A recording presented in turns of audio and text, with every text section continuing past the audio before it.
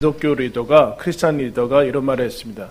여러분 하나님께서 만약에 기회를 주신다면 어느 나라의 어떤 그 가정에서 어떤 모습으로 태어나고 싶습니까?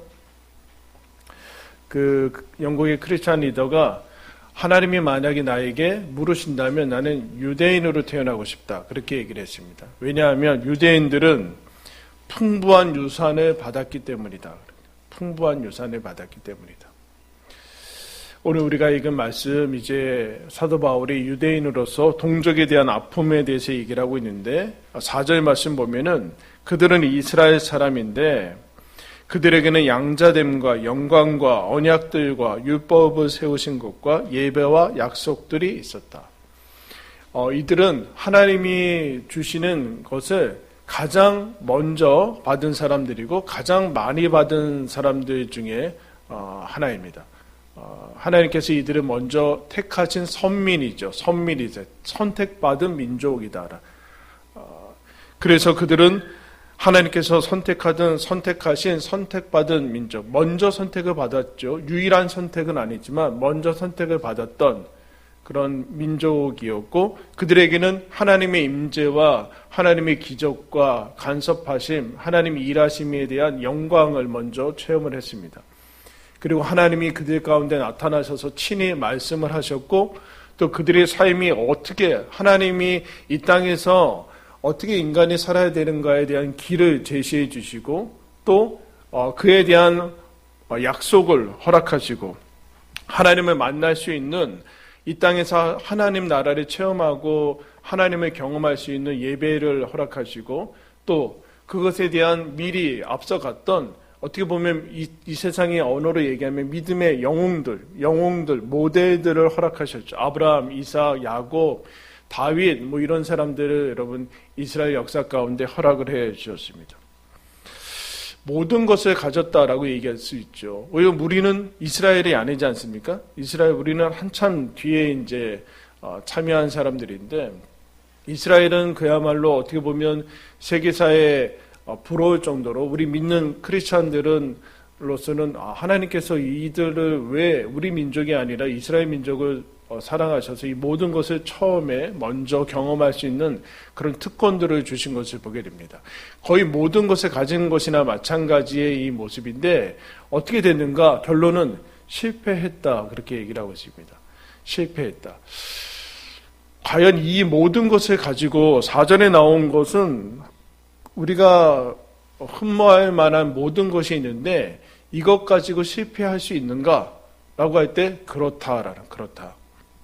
이것 가지고도 실패한다라는 것을 얘기를 해주고 있습니다.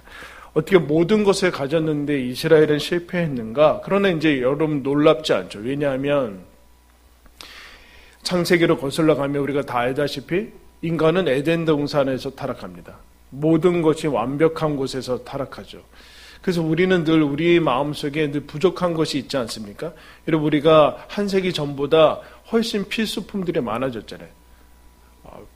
한 세기 전보다는 훨씬 아마 숫자를 셀 수 없을 만큼의 생필품들이 많아졌는데 그 전에 에덴 동산에 하나님께서 보시기에 좋았더라라고 하는 그 상태, 더 이상 무엇이 필요하지 않은 상태, 부족한 것이 없는 상태에서 사람은 타락합니다. 즉 여러분 인간의 타락과 부패는 뭔가 부족해서 생기는 것은 아니다라는 것이죠.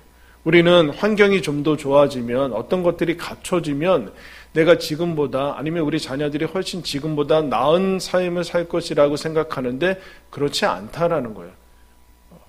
에덴 동산에서 인간은 타락을 했고 이스라엘은 모든 것을 그 당시에 모든 민족들이 그 다른 민족들이 이방 민족들이 가지고 있지 않은 모든 것 하나님에 대한 모든 것을 가지고 있었는데 거기에서 여러분 실패합니다. 즉 타락과 부패라는 것은 뭔가 나빠지는 것이 아니라는 거죠. 개념들이 타락과 부패는 뭔가 나빠지는 정도가 아니라 무엇인가 라고 얘기하면 왜 이렇게 됐는가라고 하면 1절과 2절에 이렇게 얘기합니다. 내가 그리스도 안에서 참말을 하고 거짓말을 아니하노라. 나에게 큰 근심이 있는 것과 마음에 그치지 않는 고통이 있는 것을 내 양심이 성령 안에서 나와 더불어 증언하노니 나의 형제 곧 고륙의 친척을 위하여 내 자신의 저주를 받아 그리스도에게서 끊어질지라도 원하는 바로다. 여러분, 왜 모든 것을 가지고 있는 이스라엘이 여러분 망하고 멸망하고 하나님을 버려버리고 왜 에덴 동산에서 아담과 하와는 타락합니까? 그것은 그리스도에게서 끊어지는 것이기 때문에 그래요. 그리스도에서 끊어지는 것이 타락이지 어떤 것들이 없어지거나 나빠지거나 개선이 되지 않는다, 거기에 타락의 중심이 있는 것이 아니다라는 거죠. 즉 근원에게서 떨어져 나가는 거. 모든 것이 갖춰져 있는데 근원에서 떨어져 나갈 때 그 우리가 가지고 있는 것, 사람이 가지고 있다라고 하는 그 모든 것은 순식간에 본인을 타락시키고 멸망시키는 도구로 부메랑 되어서 돌아온다라는 얘기를 지금 하고 있는 것입니다. 아담과 하와가 여러분 그 완벽한 에덴 동산에서 모든 것이 완벽해서 뭘 하는가? 하나님을 제거하기 시작합니다. 본인들이 하나님 되기를 원하는 것이죠. 이스라엘 백성이 광야에서도 그랬지만 가나안 땅에 들어가서 모든 것이 풍족해지자 이제 하나님이 필요 없게 됩니다. 그래서 하나님을 제거하죠. 그러자 어떤 일이 일어나는가? 얼마간은 버틸 수 있지만 그 모든 것, 하나님을 버리게 된 그 시작들, 자기가 부족함이 없다고 누렸던 것들은 다 부패하는 데 앞장서게 되는 것을 봅니다. 그래서 이스라엘이 하나님을 떠나자 이 양자된 선민인 것은 어떤 것으로 변하는가? 교만함으로 바뀌게 되죠. 우월의식으로 바뀌게 됩니다. 이방인들을 보면서 사람같이 여기지 않게 되고 본인들이야말로 나만 이제 선택받은 사람인들이라는 구별하게 되죠. 하나님의 영광은 헛된 영광으로 바뀌게 됩니다. 허영으로 바뀌게 되죠. 허영은 빈 영광이다.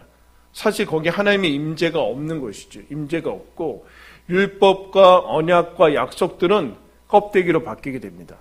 생명의 그 율법과 약속을 주신 분을, 율법을 수여하신 분을 제거하니까 율법은 사람을 죽이는 도구로밖에는 사용되지 않아요. 약속을 주신 분을 확보하고 있어야 되는데 약속을 주신 분은 없고 약속만 있는데 여러분 그것이 빈 약속이죠.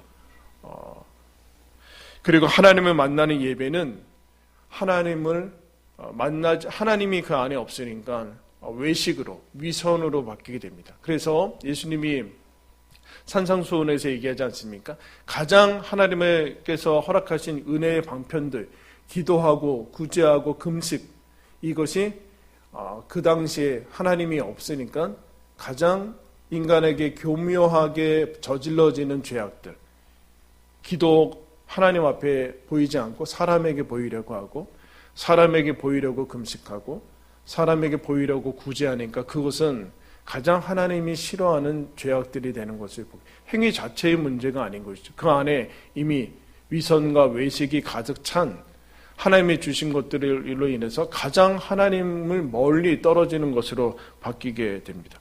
더 나아가서 유대인들이 여러분 가장 받은 은혜는 무엇입니까? 예수님이 하나님이신 성자 하나님이 그들 민족 가운데 육신으로 태어나십니다. 다윗의 자손으로 태어나죠. 그런데 여러분 어떻게 합니까? 거기에서 처형당하십니다.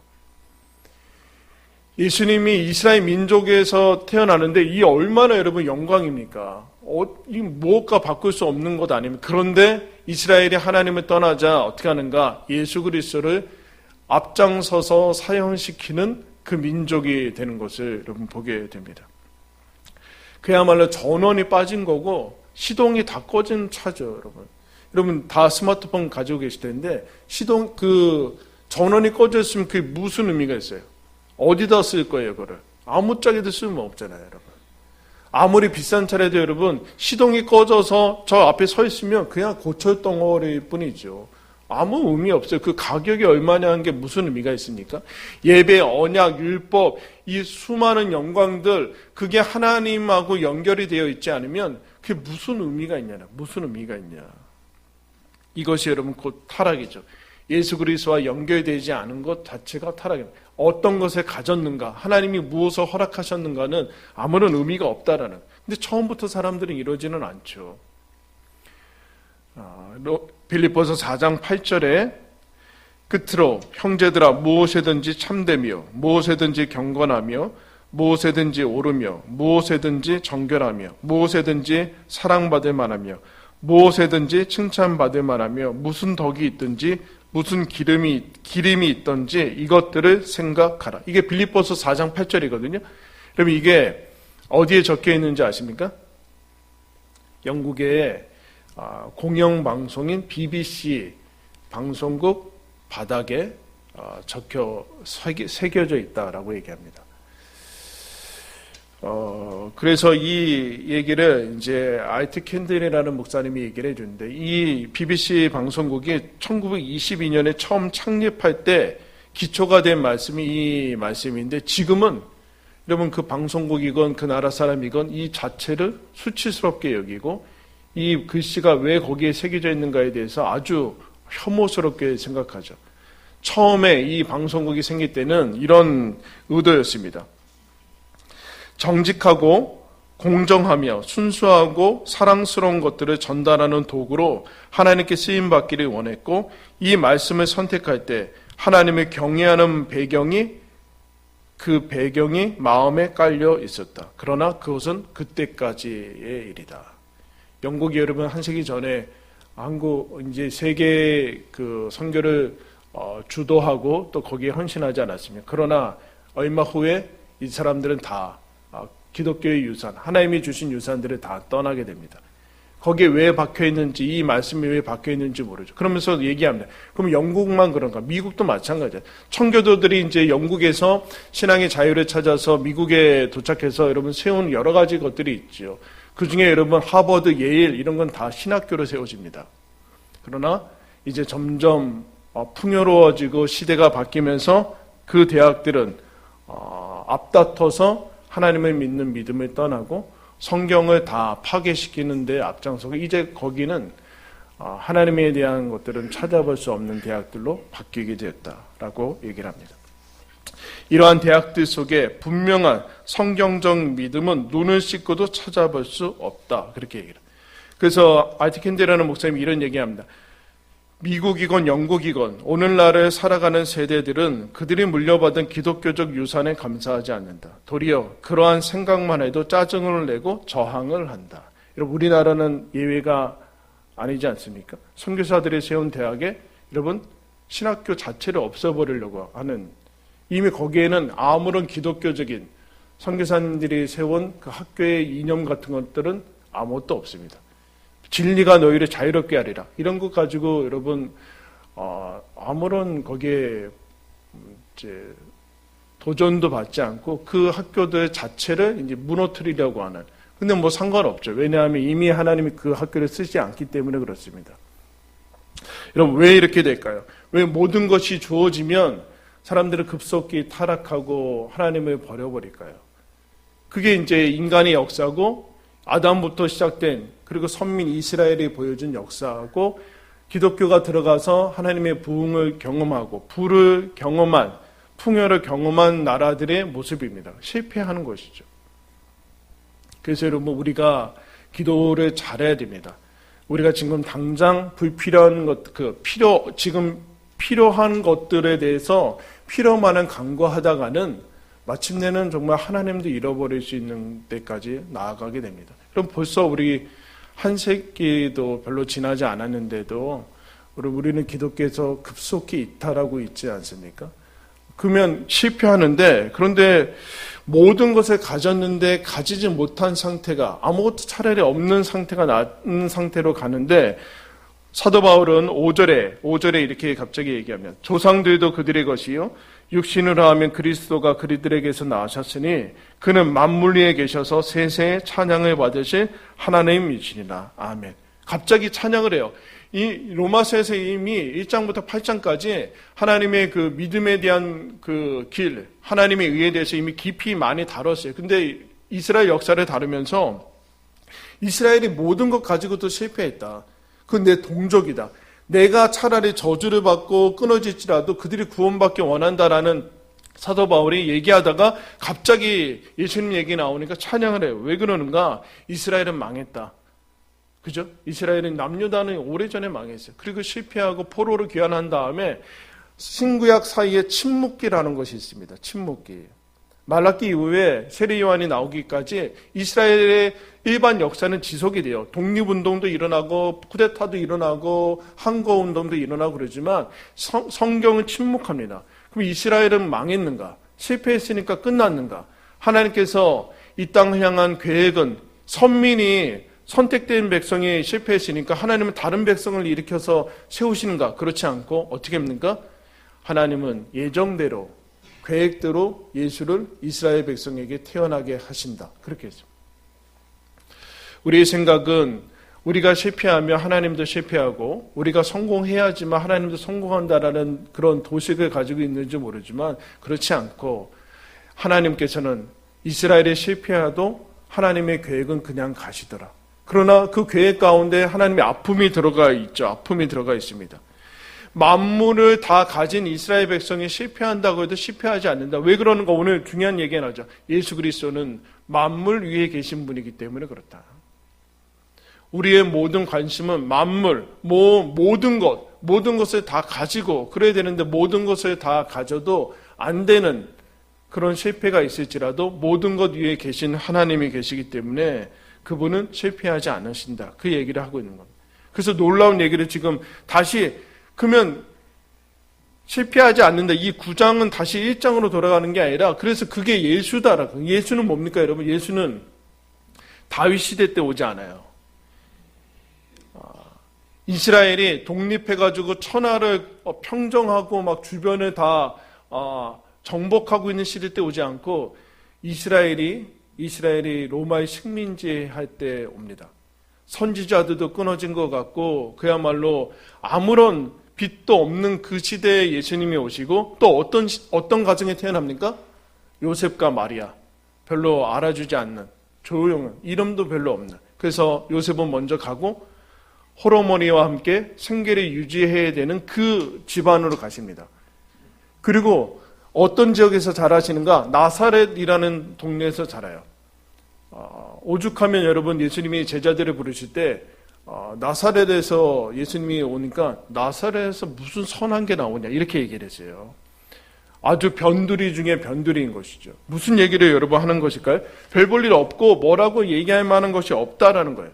그리고 예수님의 마지막은 십자가에서 로마의 사형틀에서 죽으시고 무덤에서 끝나시죠. 그 다음에 거기서 하나님께서 부활을 하는데 예수라는 것이 무엇인가? 왜 예수님을 이때 보내시는가?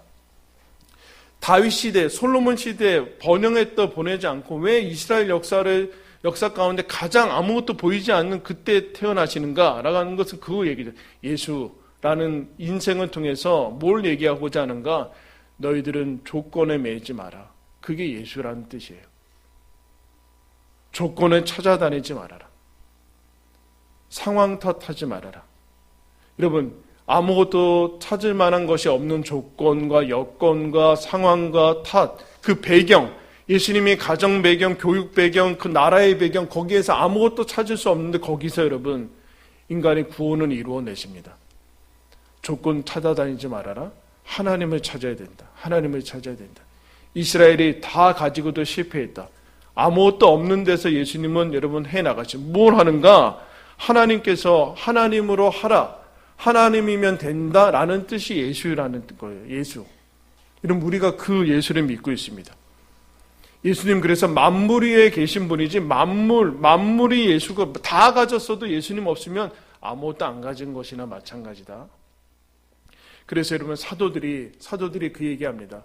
사도들이 이제 예수님 부활하시고 승천하신 다음에 성령 받은 다음에 두렵고 공포에 떨었던 이 사람들, 아직도 예수를 죽인 사람들이 그 위에서 통치자로 있던 그 자리에서 막 문 밖에 나가서 예수님을 전하는데 잡혀가죠. 성전 미문에 이제 이 사도 베드로와 요한이 성전으로 들어가는 것은 여러분 성전에 이 사람들은 지도자가 아닙니다. 당시에 예수님을 죽였던 대제사장들, 바리새인들 다 그 성전의 지도자로 있었는데 성전에 이들은 기도하러 올라가는데 나면서부터 걷지 못하는 사람 만나죠. 그러면서 베드로와 요한에게 뭐 좀 받으려고 구걸하는데 베드로가 이런 얘기하지 않습니까? 유명한 나에게 은과 금은 없거니와 내게 있는 거 너에게 주노니 나사렛 예수의 이름으로 걸어라. 여러분 여기에 나사렛이라는 이름이 나와요. 무슨 얘기예요? 아무도 별 볼 일 없는 거, 나사렛에서 무슨 선한 것이 나겠느냐. 이런 베드로와 요한이 진짜 돈이 하나도 없다라는 얘기예요? 그 얘기하는 게 아니라, 그 얘기하는 것이 아니라 너희들이 찾아다닌 거, 은과 금이 있고 이 지금 성전이 있어도 아무것도 하지 못하는 생명이 빠진 하나님이 없는 거, 거기에서는 아무런 의도 생기지 않는다. 그런 것이 없을지라도 예수 그리스도가 있는 것, 예수님이 아무것도 없는 것에서 우리 타락에서부터 구원을 이루어내듯이 마찬가지로 예수 그리스도 그 이름으로 너희는 걸어가고 생명을 얻고 찬양하며 노래할 수 있게 된다. 그러면서 예수의 이름을 던지는 거예요. 그게 예수라는 뜻이에요. 그러면 사도 바울이 자기가 고백하죠. 로마서 아니라 빌립보서에서 이런 얘기하죠. 나는 모든 것을 가진 사람이었다. 그러나 예수를 믿고 난 다음에 그 모든 것은 아무것도 아니더라. 배설물과 같이 여기. 그건 아무것도 아니더라. 왜냐하면 예수님과 비교하면 예수님을 아는 것이 가장 귀중한 것이기 때문에 예수님을 아는 것, 예수님 믿게 된 것과 비교하면 그런 것들은 배설물과 같은 것으로 버릴 수 있다. 나는 예수님을 믿는 믿음 안에서 발견되기를 원한다. 이렇게 여러분 고백을 하는 것이에요. 그래서 모든 것을 가졌어도 예수님 없으면 아무것도 아니에요. 모든 것들 속에서 플러스 알파가 예수님이 아니라 모든 것 넘어 계시는 분이 예수님이다라는 거죠. 그리고 아무것도 없어도 예수님이 가졌다면 모든 것을 가졌다라는 뜻이다라는. 여러분, 우리는 재능의 문제도 아니고 환경의 문제도 아니죠. 여러분, 한 세기 전만 해도 성경도 없었고 신학교도 없었고 성경을 가르쳐줄 지도자도 없었고 번듯한 예배당도 없었고 여러분, 아무것도 없었습니다. 초대교회는 더 말할 것도 없죠, 여러분. 근데 여러분, 그런 시대에 하나님께서 우리나라뿐만 아니라 모든 나라에 교회의 부흥을 주시고 은혜를 주십니다. 왜 그랬을까요? 그것이 조건이 돼서, 가난과 아무것도 없는 것이 조건이 돼서 여러분 기독교의 부흥의 조건입니까? 그 얘기하는 거 아니죠. 그들은 그런 것이 없었기 때문에 정말로 찾아야 됐던 하나님을 찾고 하나님을 바랄 수 있었다라는 거예요. 근데 여러분, 우리는 모든 것이 다 있죠, 여러분. 모든 것이 다 있어요. 우리는 예배가 있고 새벽 예배가 있고 수요 예배가 있고 주일 예배가 있고 성경이 있어요. 여러분, 성경이 우리가 여러분들의 손에 간 지가 500년이 됐다니까요. 500년밖에 안 됐어요. 1500년 동안 이게 성도들의 손에 주어지지 않았다고요. 이 한 권 가지려면은 10억 정도 있어야 돼요. 10억 있어요? 낮출게요. 1억으로. 1억 내세요. 1억. 한 주권 준다니까요. 1500년 동안 그러다가 인쇄술과 종교개혁 이후에 여러분 성도들이 이것을 가지게 되죠. 그럼 뭐예요, 여러분? 집에도 있고 차에도 있고 방방마다 있으면 뭐예요? 없는 거나 똑같은 거잖아요. 안 있는데 없는 거나 똑같은 거잖아요. 우리는 성경이 있고 여러분 신학교가 있고 교회가 있고 교회 건물이 있고 예배가 있고 텔레비전만 틀면 설교가 나오고 그러면 뭐합니까? 예수님과 연결이 되어 있지 않은데 그게 이스라엘이 여러분 경험한 길입니다. 재능의 문제도 아니고 조건의 문제는 아니고 여건의 문제도 아닙니다. 여러분 큰 교회 가면 신앙이 좋아집니까? 그거 아무 상관없어요. 그러면 여러분 우리처럼 개척교회 상가에 있으면 신앙이 좋아집니까? 아무 상관이 없어요. 하나님과 연결이 돼야 되고 예수를 찾아야 돼요. 예수를 찾아야 됩니다. 예수님이란 아까 얘기했듯이 하나님으로만 된다. 하나님이면 된다. 우리는 우리 자신을 믿는 사람들이 아니라 예수를 믿는 사람이다. 우리는 실패하더라도 하나님은 실패하지 않는다. 그래서 예수 믿는 것 아니냐. 그 얘기를 하는 거죠. 주보를 보시면 주보 안쪽에 에이미 카마이크라는 이제 인도의 선교사님이 이제 나오는데 이 사람이 홀로 독신으로 인도에 가서 수많은 인도나 이런 데 가면은 거기는 그냥 모든 것이 허용되는 종교를 가지고 있는지 모르지만 아이들, 여성 무슨 완전 사람 취급하지 않습니다. 거리에 지나다니는 여인들 가만 놔두지 않습니다. 거기는 여행객들이 제일 위험한. 근데 거기에 가서 이제 수많은 소년들, 소녀들 다 하나님의 은혜로 받고 이렇게 하는 사람, 그 사람이 이런 얘기예요. 어려움을 겪을 때 이렇게 얘기했습니다. 우리의 의지를 굳게 다지고 강화시키는 비바람이 우리에게 닥칠 때 당신의 이름을 위해 우리의 소리를 들으시고 우리를 강하게 붙드소서. 고통스러운 침묵의 세월이 길게 이어지는 동안 우리를 충성스러운 산들처럼 굳게 서게 해 주소서. 하지만 우리의 힘, 우리의 꾸준함으로는 그럴 수 없어 당신의 영원하신 말씀을 의지합니다. 당신이 우리와 함께 계시는 것이 곧 우리의 안전입니다. 여러분, 우리는 예수님을 믿는 나 자신을 의지하는 사람들이 아닙니다. 예수님 믿는 나를 의지하는 게 신앙이 아닙니다. 우리는 나를 의지하는 데서 옮겨서 예수님을 믿고 의지하는 것이 신앙입니다. 우리는 실패해도, 인간의 실패해도 하나님은 일을 하실 것입니다. 그것을 믿고 나아가는 것이죠. 그러므로 여러분, 우리 하나님 믿는 사람들 아닙니까? 기본으로 돌아가야 됩니다. 기본. 예수 믿는 사람들 아닙니까? 예수를 믿고 신뢰하시고 나에게 있는 어떤 것들 의지하지 마시고 우리의 꾸준함과 우리의 힘으로는 이것을 유지할 수 없습니다. 그럼 우리의 꾸준함과 열심과 헌신과 그런 열정으로 우리의 신앙을 어떻게 유지하겠습니까?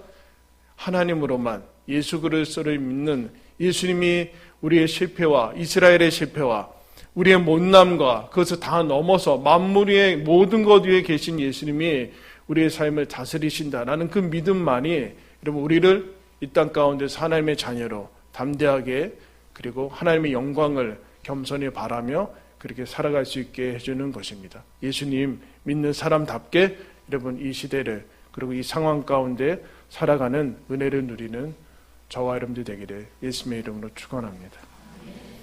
우리 함께